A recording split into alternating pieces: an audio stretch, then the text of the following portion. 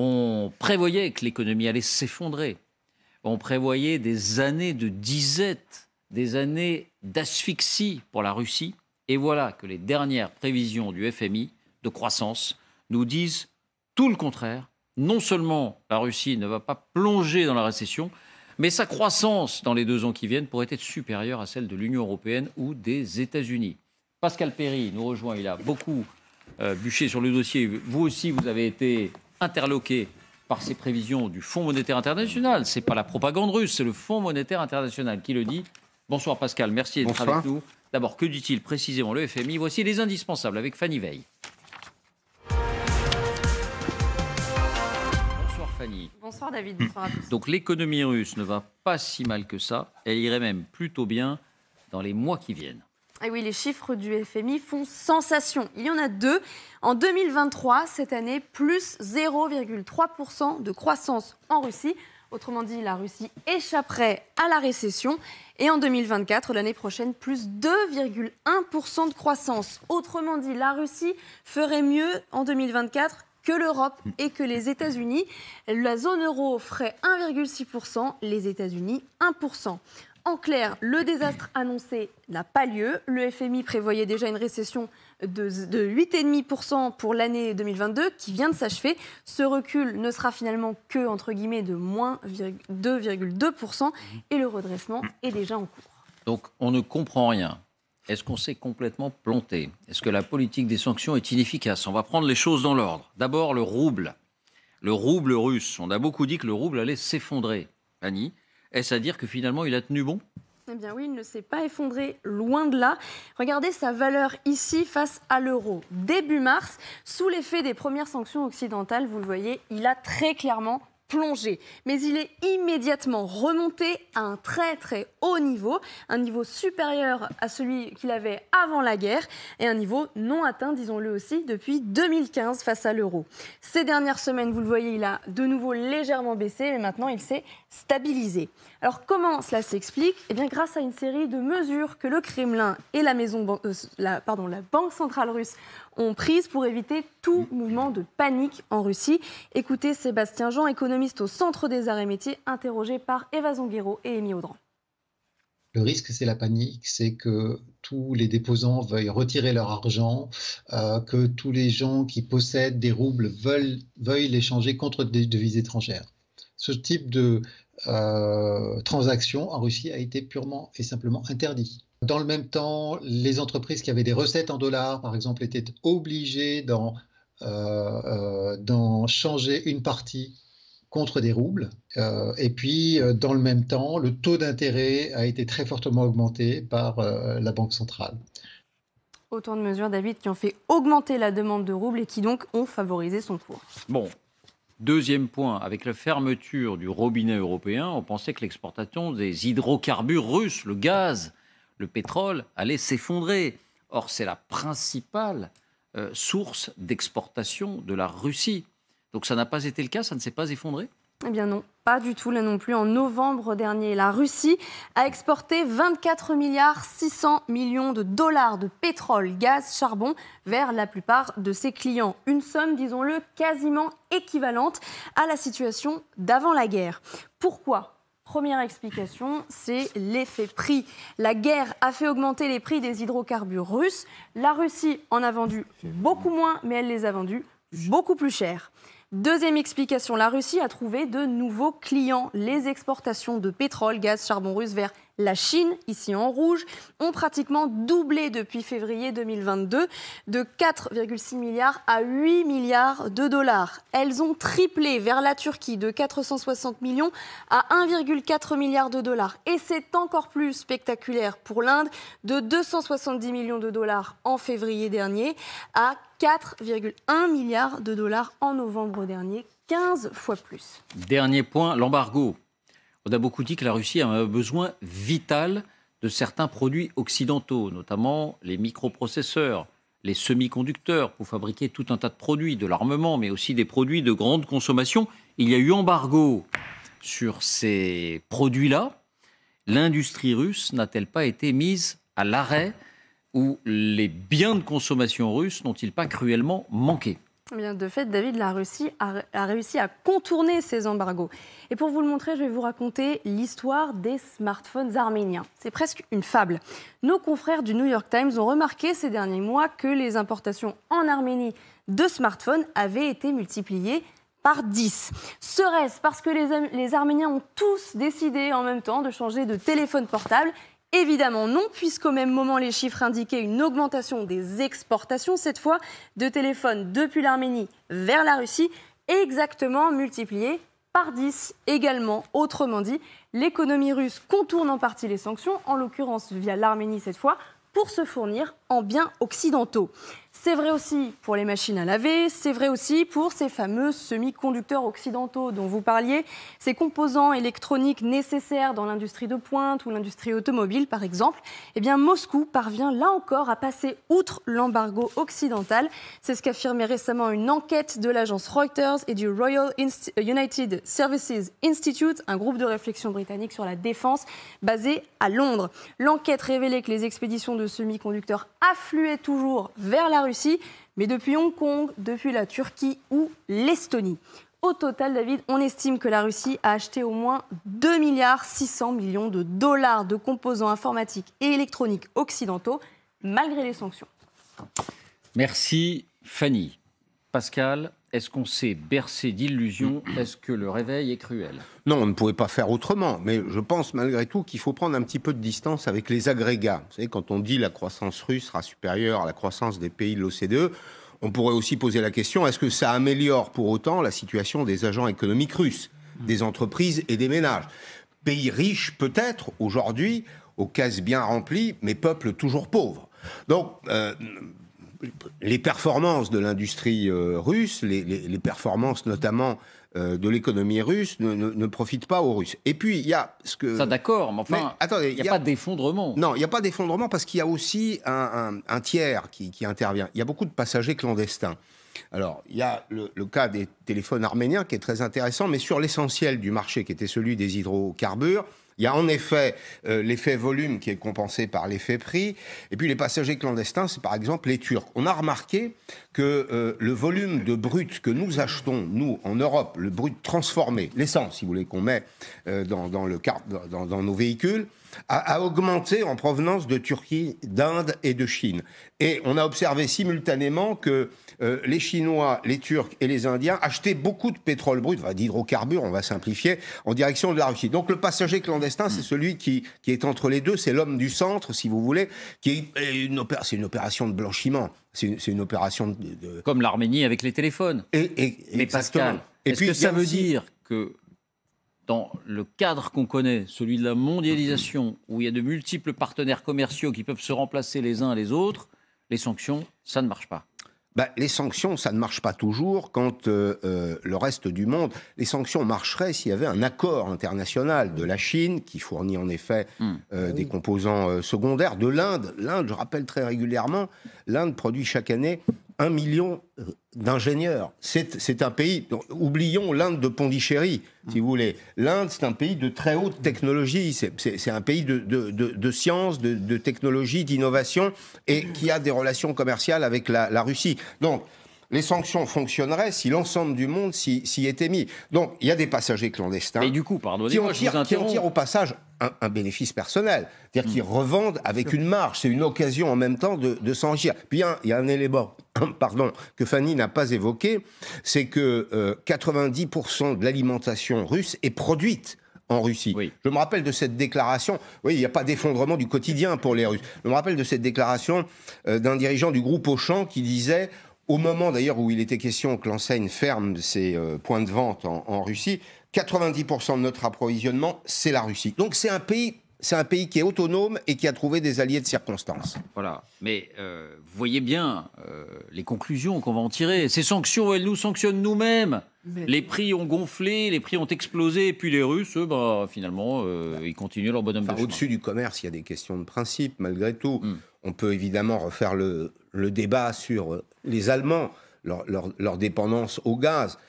L'Europe continue d'acheter du gaz russe encore aujourd'hui. Au passage, la guerre n'a pas interrompu. Et on vous dira, si on n'en achetait plus, d'autres l'achèteraient à notre place. Et peut-être plus cher. Donc finalement, effectivement, on se sanctionne nous-mêmes, mais pouvait-on faire autrement ? Jean-Claude. Oui, on ne peut pas dire que les sanctions soient complètement inutiles. Je pense qu'il faut garder en tête qu'elles ont une première fonction, envoyer un premier message. Le message était politique, c'est de dire, à un moment donné, l'Europe d'un côté, les États-Unis de l'autre, prennent des mesures pour pouvoir entrer en jeu et faire pression sur la Russie. Mais par ailleurs, il ne faut pas aussi oublier, quand on réfléchit aux sanctions, et je pense que Pascal l'a rappelé à l'instant, c'est qu'on a souvent dit les sanctions ne fonctionnent pas, que le monde entier, mais n'oublions pas que le monde entier n'est pas derrière l'Europe et les États-Unis dans cette guerre. Et c'est cela qui fait qu'il y a, en plus, il y a des trous dans la raquette parce que, on vient de le rappeler, on a parlé de la Chine, on a parlé de l'Inde, on a parlé de la Turquie, mais je voudrais rajouter le Brésil, l'Afrique du Sud, le Mexique qui a pris un certain nombre de positions. Je pense qu'on oublie que dans cette guerre, il y a l'Europe et les États-Unis d'un côté, avec évidemment l'Ukraine, et que le reste du monde n'est pas comme un homme, et on a oublié l'Afrique, le reste du monde n'est pas comme un seul homme derrière nous. Donc ça, on l'a oublié. Petite anecdote qui va tout à fait dans le sens de la démonstration de Jean-Claude. Aujourd'hui même, Alexander Loukachenko, le dictateur biélorusse, est en visite au Zimbabwe, et sa déclaration a été la suivante, 2 points ouvrés les guillemets. Non seulement les sanctions ne nous gênent pas, mais c'est un bienfait, car elle nous permet de privilégier notre commerce bilatéral entre donc Minsk, Biélorussie, et Harare, Zimbabwe. Même s'il y a évidemment une part de propagande dans ce type de propos. Un point qui me paraît très important, c'est que quand même, l'homme est un animal impatient. L'efficacité de sanctions, elle ne peut se mesurer que dans la longue durée. Enfin, 2024... Oui, mais... il y a une experte qui travaille pour l'Institut de recherche de The Economist, la revue britannique, qui disait les sanctions, pour fonctionner, il faut les voir comme un poison lent. Et je prends juste 2 exemples très brefs. D'abord, du fait de la modification de la structure d'importation, par exemple de l'Allemagne ou d'autres pays, la part des énergies, hydrocarbures donc, dans les recettes d'exportation russes va passer de 30 à 15% à l'horizon 2030. Bon, l'horizon 2030, soit. Deuxième anecdote, toute simple. On parle des semi-conducteurs, du contournement, etc. Tout ça est vrai. Mais l'exode des jeunes ingénieurs qui sont partis au Kirghizistan, en Israël, aux Émirats arabes unis, etc., par milliers, voire par dizaines de milliers, va finir par se voir notamment pour les champs gaziers d'Arctique, pour l'industrie des missiles, etc. Oui. Donc, encore une fois, ça ne tient que sur l'unité occidentale, l'alliance elle-même tient. Vous vous souvenez ce que disait Keynes ? À long terme, nous serons tous morts. Bon. Anne, je vous sens un peu agacée. Oui, parce que je fais partie de ceux qui sont convaincus que les sanctions fonctionnent, qu'elles fonctionneront encore mieux à moyen terme et à long terme, et qu'elles, certes, l'économie russe souffre moins que ce qu'on aurait pu penser, mais enfin, l'économie russe souffre nettement. Alors, je ne suis pas économiste, mais je lis ce que disent et donc des économistes comme Sergueï Gouriev ou comme Julien Vercueil ou comme Francis Perrin ont des travaux qui sont internationalement reconnus pour montrer que ces sanctions fonctionnent. Alors, tout d'abord, la question de la croissance. En fait, 2022... il y a une récession de... Alors, jusqu'à maintenant, on disait moins de 3%. Le FMI nous dit moins 2,2%. Oui. Toujours est-il qu'il faut voir aussi quelles avaient été les prévisions pour 2022 avant la guerre. Et ces prévisions étaient de 3%, de plus 3%. Et donc, en réalité, la récession, elle n'est pas de 2,2 ou de 3%. Elle est de 5,5 ou 6%. Ce qui est quand même une récession qui est extrêmement importante. D'autre part, quand on parle dont vous citez Loukachenko en disant que c'est un bienfait, bien sûr, M. Poutine répète ça à l'envi, mais ça, c'est la propagande. On est en temps de guerre, il y a une désinformation qui est très importante. En fait, les sanctions, très concrètement, elles condamnent la Russie à être une économie de moins en moins performante, de moins en moins moderne, de moins en moins diversifiée, de moins en moins sophistiquée. Parce que les sanctions ont isolé la Russie, non pas du monde, bien sûr, nous l'avons déjà dit, et c'était une évidence, mais enfin, quand même, elles coupent largement l'économie russe de l'économie occidentale. Et ça coûte cher à la Russie. Et donc, est-ce que le Russe moyen les ressent, Parce que ce que disait Pascal, c'est qu'il faut se méfier des agrégats qui cachent souvent la réalité quotidienne. Alors, d'abord, dans ce que vous lisez, dans ce que vous voyez. Quand on interroge les Russes, ils disent dans les magasins, c'est toujours, il y a toujours dans les rayons, grosso modo, ce qu'il nous faut pour vivre. Mais enfin, ce qu'il nous faut pour vivre, mais pas forcément ce que tout le monde veut. C'est-à-dire que se pose aussi la question de la politique de substitution. M. Poutine dit, comme M. Loukachenko, c'est formidable, grâce aux sanctions, on met en place une politique de substitution à l'importation et donc on renforce notre économie. Mais ce que les travaux ont montré, alors pas depuis un an, parce que c'est encore trop tôt, mais les travaux faits sur les résultats des sanctions prises après 2014, c'est qu'il y a un problème de qualité qui est majeur. Il y a d'abord un certain nombre de composants qui ne sont pas produits en Russie et donc il faut mettre autre chose à la place. Et ça ne marche pas aussi bien. Et puis d'autre part, dans tout un tas de domaines, partout où il y a de la technologie, en réalité, les résultats sont beaucoup moins bons que ce qu'il y avait. La machine à laver peut tomber en panne au bout de 6 mois. Oui, c'est les fameux fournisseurs alternatifs. Général, vous avez aussi entendu des choses là-dessus. Oui, deux remarques. D'abord, à l'ONU, observateur des embargos. Et les embargos n'ont jamais fonctionné, que ce soit avec l'Irak, avec l'Iran, ça ne fonctionnait pas. Le seul dont on parle qui a fonctionné, c'est l'Afrique du Sud, d'accord, qui est un cas un peu spécifique. Donc, les embargos. Deuxièmement, quand c'est une passoire, comme ça l'est là, on l'a dit avec la Chine qui achète, avec l'Inde, etc. Troisième point, à quoi doit servir cet outil ? Il doit servir pour que la Russie ne puisse pas continuer sa guerre et pour que le régime de Poutine pour que le régime de Poutine soit affaibli. À l'évidence, le président Poutine a décidé que l'économie entière russe serait orientée autour de la guerre, et donc l'embargo ne le touche pas. Il va continuer. Il fera peut-être des armes un peu moins précises, mais c'est pas grave. Ça tombera sur des immeubles, il continuera à bombarder. Donc, ça ne l'empêche pas de faire la guerre, premier point. Ça ne l'empêche pas de faire la guerre. Parce qu'il a une poigne de fer. Mais parce qu'il réorganise. Il réorganise toute l'économie. Mais si on alloue des ressources aux militaires qu'on enlève sur du civil, ça doit bien se ressentir. Attendez, c'est mon deuxième point. C'est mon deuxième point. Donc je répète, il va allouer les ressources au domaine militaire pour continuer à faire la guerre. Donc on ne va pas l'empêcher de faire la guerre. Deuxième point, la population civile. C'est certain qu'elle ne vivra pas comme nous. Elle ne vivra pas comme les Occidentaux. Leur niveau de vie ne va pas augmenter. Mais comme ils disent, 2014, quand on dit, comme le disait Loukachenko, finalement c'est très bien, ça nous permet de... Je rappelle qu'après l'embargo mis après la Crimée en 2014, l'économie russe déjà s'est transformée, et en particulier dans le domaine alimentaire, ils ont tout transformé. Et bien là, ils vont continuer à transformer. Et certes, la population... Alors les populations, quand je parlais de l'Irak et de l'Iran sur lequel ça ne fonctionnait pas, en revanche, les populations souffraient plus. Les hôpitaux étaient moins alimentés en médicaments, enfin il y avait un certain nombre.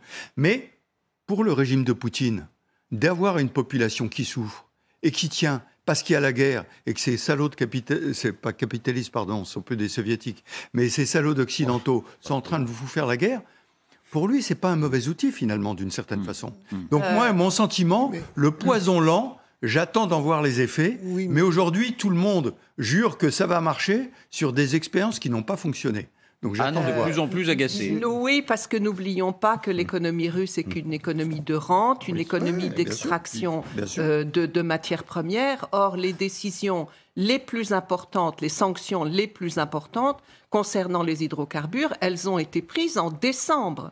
C'est-à-dire que l'embargo sur le pétrole, il a pris effet en décembre. Mais vous voyez bien que ça ne fonctionne pas. L'Inde et la Chine en achètent 2 fois plus. Mais attendez, l'Inde et la Chine en achètent en effet, mais à quel prix ? Ils l'achètent à des prix qui sont bradés. On a parlé de moins 40% par rapport à un marché qui est soutenu par l'Arabie Saoudite, je le rappelle. Par rapport au marché européen. Et donc... il gagne moins qu'il devrait gagner, mais il gagne beaucoup. C'est une bonne affaire. Pascal. C'est une bonne affaire, sauf pour nous. Parce qu'en effet, ces intermédiaires, ceux que j'appelle les passagers clandestins, achètent à vil prix. transforment et revendent au prix de marché. Exactement. Donc, dans cette affaire à 3, vous avez 2 gagnants et un perdant. Donc, il faut regarder les choses en face. Je ne dis pas qu'il ne faut pas poursuivre l'embargo. Les 2 gagnants, c'est le producteur, le transformateur. Le perdant, c'est le client, puisqu'on l'achète toujours à peu près au même prix. Mais il y a une dimension qu'on néglige, qui est la réorientation de l'économie russe depuis, en effet, 2015, depuis quelques années, dans le domaine alimentaire. Alors, certes, c'est au détriment de la qualité, c'est pas le même niveau d'exigence, mais à quoi un peuple mesure-t-il que la guerre a un impact sur sa vie quotidienne ? Évidemment, les bombardements, et là, il n'y en a pas. Mais c'est les ruptures d'approvisionnement. C'est soit l'envolée des prix, ce qui n'est pas le cas, soit les ruptures d'approvisionnement alimentaire du quotidien, ce qui n'est pas le cas non plus. Il faut poursuivre. Il y a un élément qu'on n'a pas évoqué. Poursuivre, non, mais Pascal, parce qu'il y a des effets quand même. Pardonnez-moi, pour des raisons économiques, où il faut poursuivre. Parce que, comme le disait Anne ou comme le disait Jean-Claude, un embargo, c'est aussi la manifestation d'un engagement aussi contre un pays. Un engagement, mais il y a aussi des effets qui n'ont pas été décrits, qu'on peut décrire très rapidement. L'industrie automobile, par exemple, est en difficulté. Ce sont des dizaines de milliers de personnes qui ont perdu leur emploi, faute de livraison de pièces détachées. C'est un certain nombre de secteurs qui sont en difficulté. Le secteur aéronautique, on avait raconté autour de cette table un soir que les Russes ponctionnent sur certains appareils de l'aéroflotte pour rééquiper les autres parce qu'il manque des pièces détachées. Bon, là, c'est Airbus. Ils vont moins voyager, moins se déplacer. Bien sûr, ça, c'est des éléments.